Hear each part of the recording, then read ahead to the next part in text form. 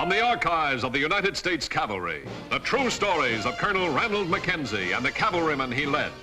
Mackenzie's Raiders. His secret orders from the President of the United States. Clean up the Southwest. Make it a fit place for Americans to live. Wipe out the renegades, outlaws, and murderers. If necessary, cross the Rio Grande, knowing capture means hanging by the enemy. Discovery, court-martial by the United States Army.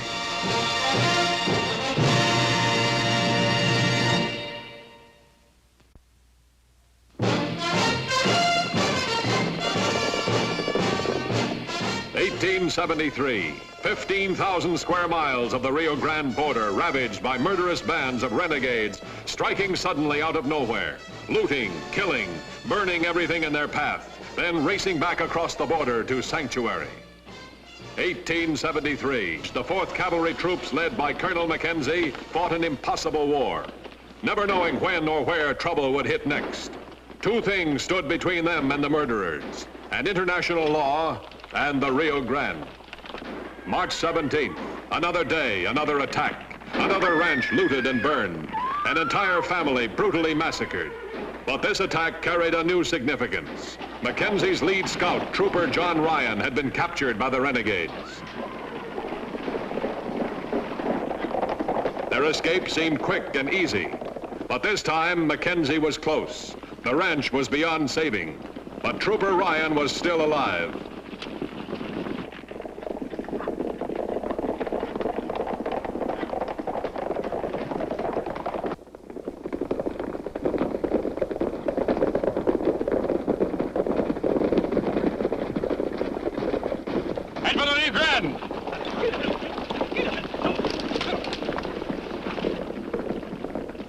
Following their usual pattern, the outlaws raced for the river. But they picked a spot where Mackenzie knew they couldn't cross, knew it to be a trick to discourage pursuit. The far side was sheer cliff. They would have to go farther downstream. There was still a chance to save Ryan. Let's try and cut him off.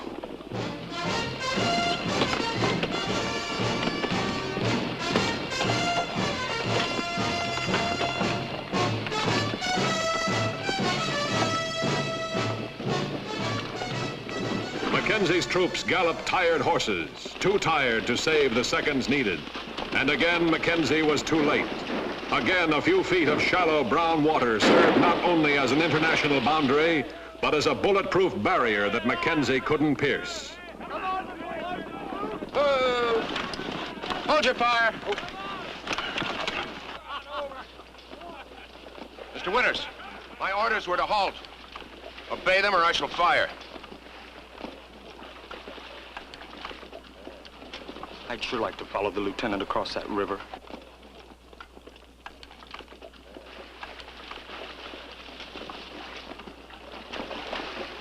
Come on, you.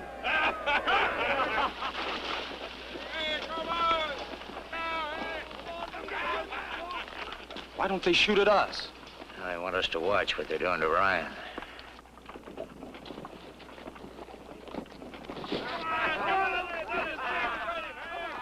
Will they kill him?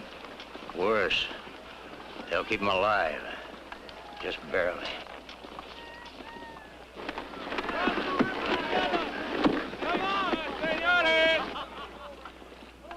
Reform ranks, Lieutenant. We're going back to Fort Clark. Ryan's just newly married, sir. I'm aware of that, Lieutenant Winters. You forget I married them myself just 2 weeks ago. Now, would you be so good as to obey my order? Left by 2. Ho! No military commander finds it easy to sacrifice even one man. Colonel Mackenzie was no exception.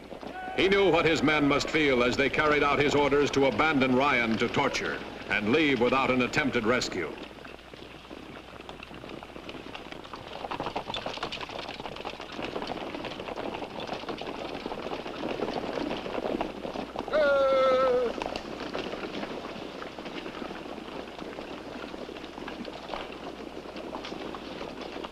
We're coming into Fort Clark.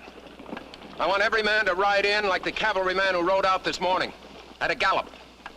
And one thing more. Trooper Ryan did not fall into the hands of the renegades alive. He was killed instantly and died gallantly. Any man who breathes a word to the contrary will have to answer to me personally. All right, Sergeant Lund, give the command. All right, buckos, at a gallop now! Forward, hold!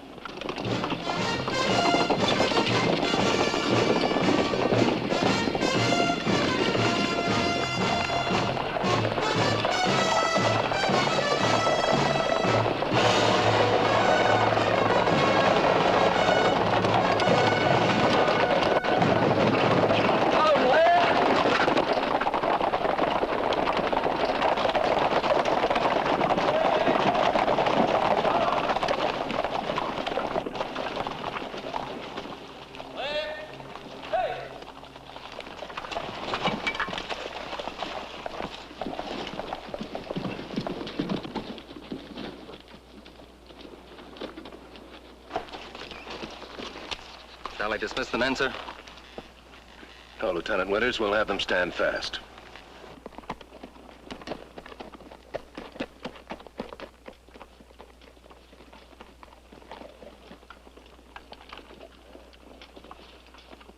If you expect a compliment on today's action, I'm afraid I have a disappointment for you. Could hardly be called a success from any point of view. Bravery there was, but our movements were imprecise, undisciplined. And precision and discipline are what an Army unit fights on, what it survives on. Sergeant Lund? Yes, sir.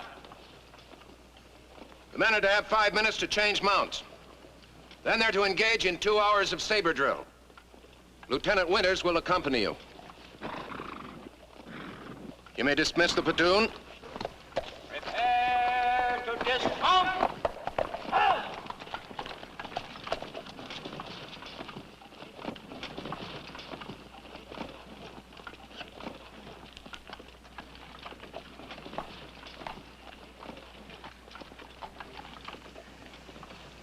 I'm sorry, Mary. Colonel Mackenzie, they didn't get him alive, did they? No. He was much too good a soldier to let them get him alive.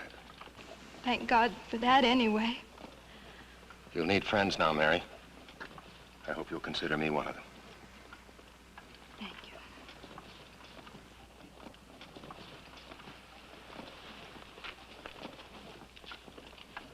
Saber drill in this day and age. Where does he think he is, back of West Point? I thought we were doing pretty good until he stopped us. Yeah. It's never good enough for the colonel.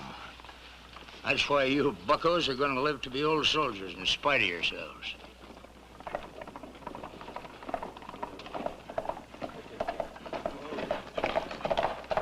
Urgent dispatch for Colonel Mackenzie.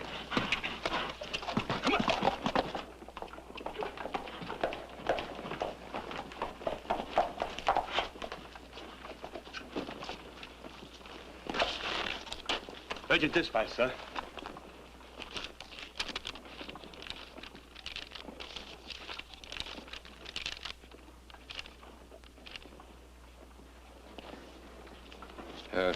No answer, that'll be all.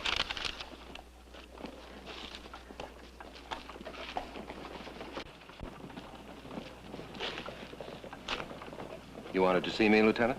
I assumed you'd want to see me, sir. Oh, yes. I should reprimand you for your impetuous conduct at the river. Is that all, sir? No. The Secretary of War is inspecting this post. He'll arrive by stagecoach in 3 hours. Please see to it that a guard of honor is called out to receive him. Yes, sir.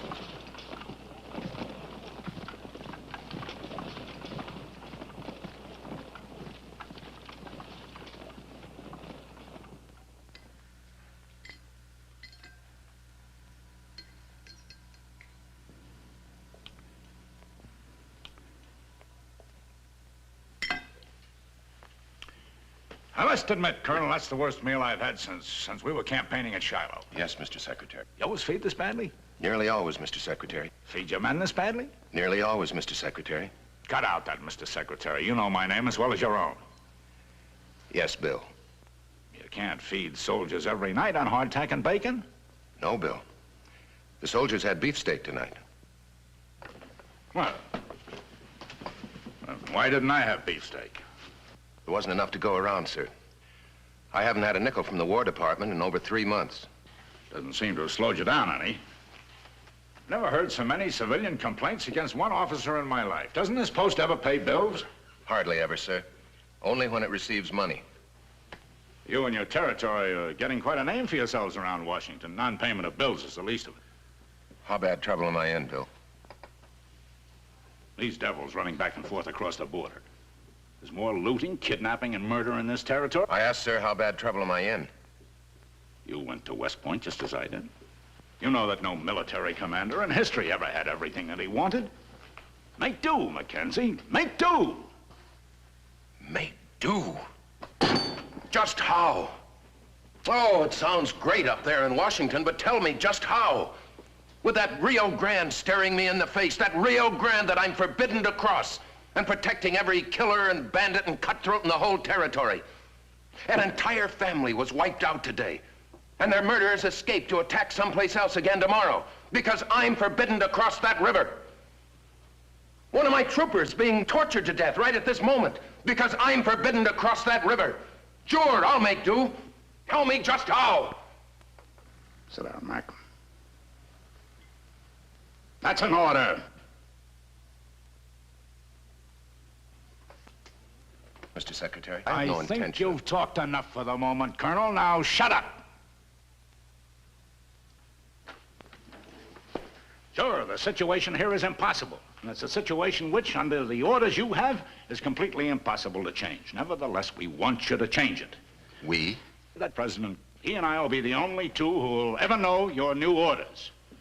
Well, what are my new orders, sir? Orders? Orders limit a commander, and you're not to have any limitations. They also protect him, and you're not to have any protection. But you ought to have orders. Verbal, secret orders. And here they are. By hook or by crook. Clean up the Southwest. Make it a fit place for Americans to live. It'll surprise us if you don't find it necessary to cross the Rio Grande. And it'll surprise us even more if we hear about it when you do it. If the enemy catches you, he'll hang you, and you have every legal right to. If we catch you, we'll hang you. We'll court-martial you and drum you out of the service in disgrace for disobeying orders and causing a war with Mexico.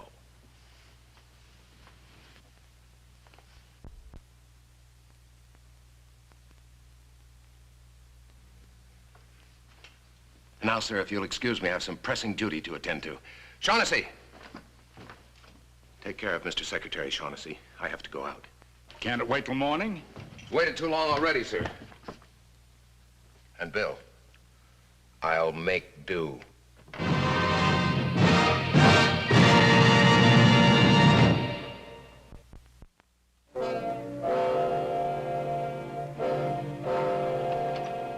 The Secretary of War had given Colonel Mackenzie secret orders that could shape the destiny of the entire Southwest. To Mackenzie, it had a more immediate bearing on the destiny of one man, Trooper John Ryan, if he were still alive. We should have followed Lieutenant Winters across the river today. The old man couldn't have shot us all. The old man's got his reasons, I tell you. He's always got his reasons. Sometimes he's a bit peculiar, I admit, but we're still alive, ain't we? Vincent? As you were, boys. I need 5 volunteers. The duty will be dangerous and secret. I volunteer, sir.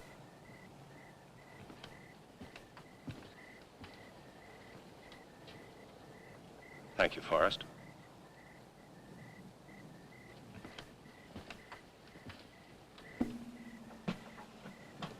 Any other volunteers?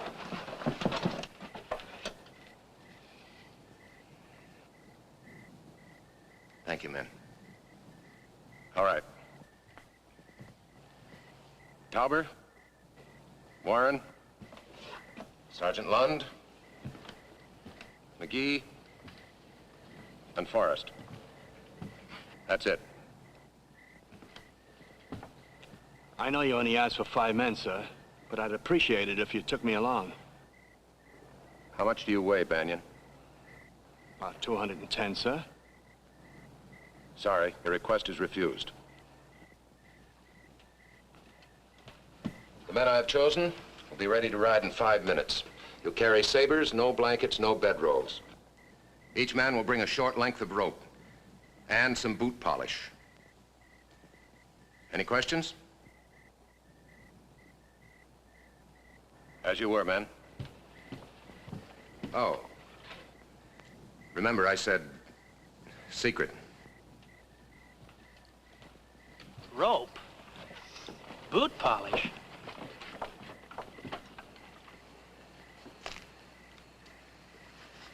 Lovely night for a ride, sir. Who's the other horse for? Lieutenant Winters. Lieutenant Winters? I didn't give Lieutenant Winters any orders. Well, he said he just wouldn't feel right letting you go off without another officer, sir. Where is he? Here, sir.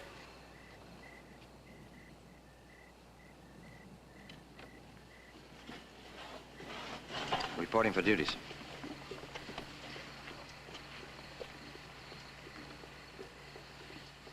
Happy to have you with me, Ben. Thank you, sir. Let's go.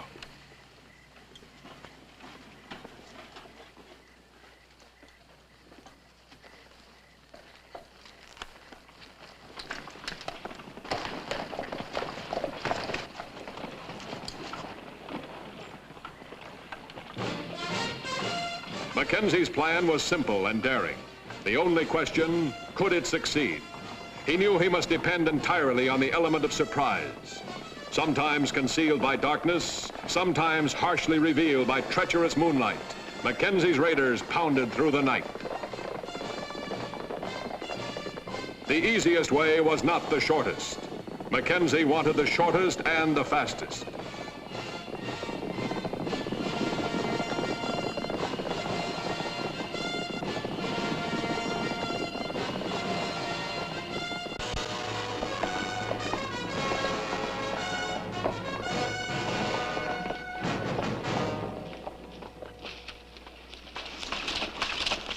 From here on, we travel with as little noise as possible. Anything that rattles stays behind. No bridles. Use the length of rope you brought for hackamores. Blacken your faces and your hands with the boot polish. There's moonlight. All right, let's go.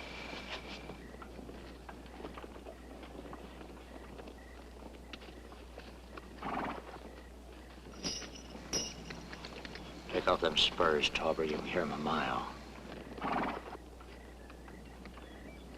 Park, you can leave that bugle behind. We won't be needing it. Men are all ready, sir. Very good, Lieutenant. Goodbye, darling.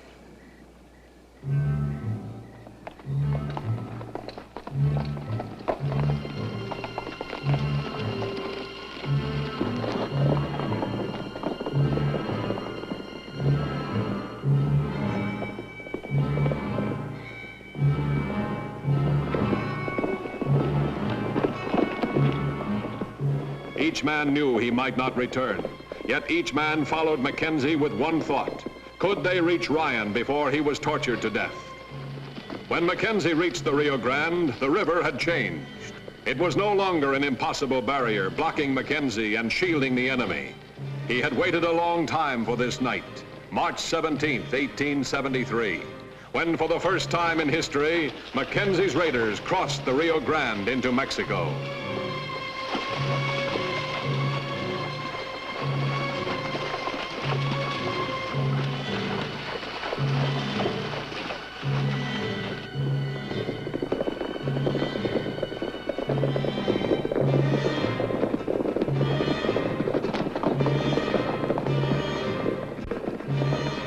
Knowing that every second that passed reduced his chances of finding Trooper Ryan alive, Mackenzie kept up the grueling pace as he penetrated deeper and deeper into foreign territory.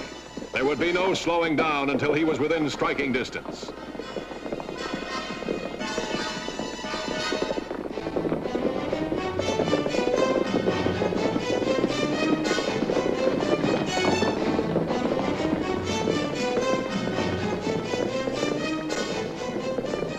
There was little doubt that his attack would hit with surprise, but it would have to be total surprise. The slightest warning would guarantee failure, the loss of life to Ryan and his rescuers. The enemy might be off guard, even careless, but there would surely be sentries. These could spell the difference between possible success and immediate catastrophe. There must be no warning, no call for help, No alarm that American troops were on Mexican soil.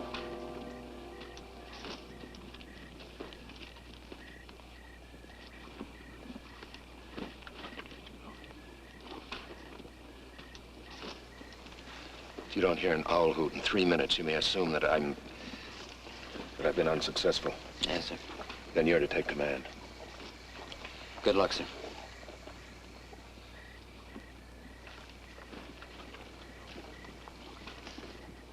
The lieutenant shouldn't have let the old man go in there alone.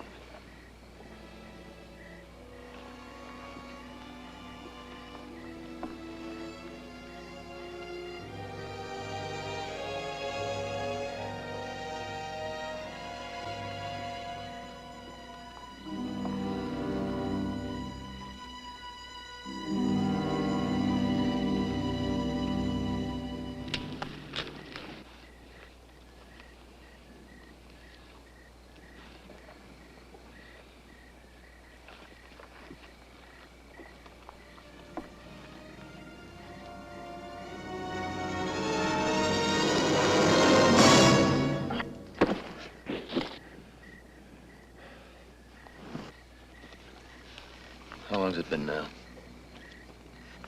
It's been 2 minutes and 35 seconds.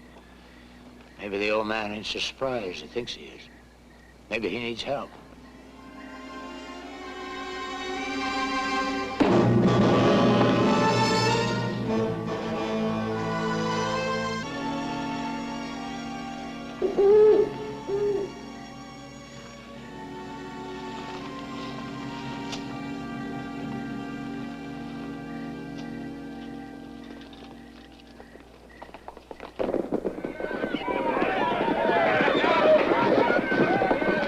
Suddenly, the fatigue was gone, the need for silence gone.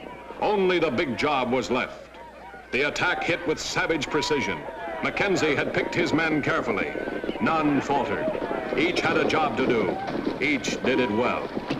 Ryan seemed to be alive. At least they hadn't cut him down.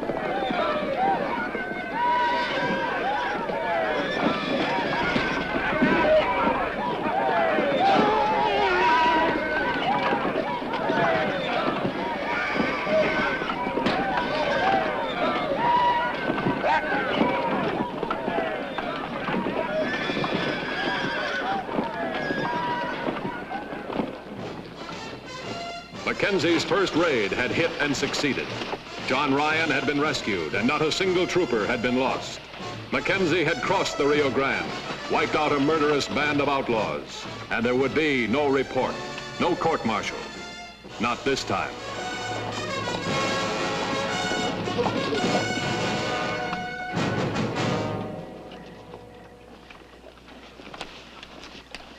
Ben, let the men know we may ride together again sometime. Yes, sir. Picking men who were light so they wouldn't tire the horses. He sure had this one planned out. Your sabers are silent, he says. Hey, Sarge, boot polish and rope. That Mackenzie. What did I tell you about the old man?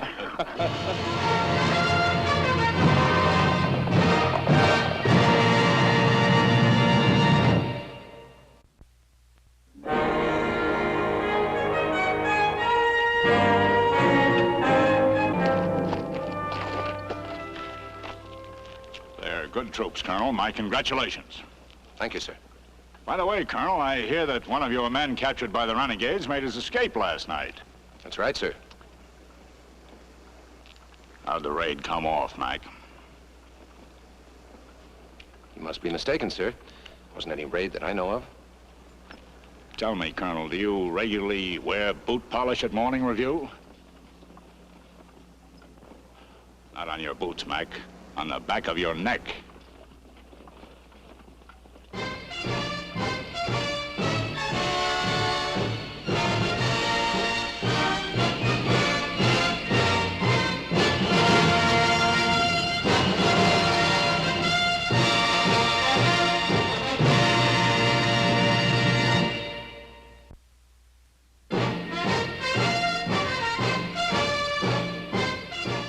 Mackenzie's raiders did ride again, and again, carrying out the secret orders of the President of the United States. Do whatever necessary to clean up the Southwest. Make it a decent place for people to live. Ride with Mackenzie's Raiders as they relive the blazing pages of history in the making.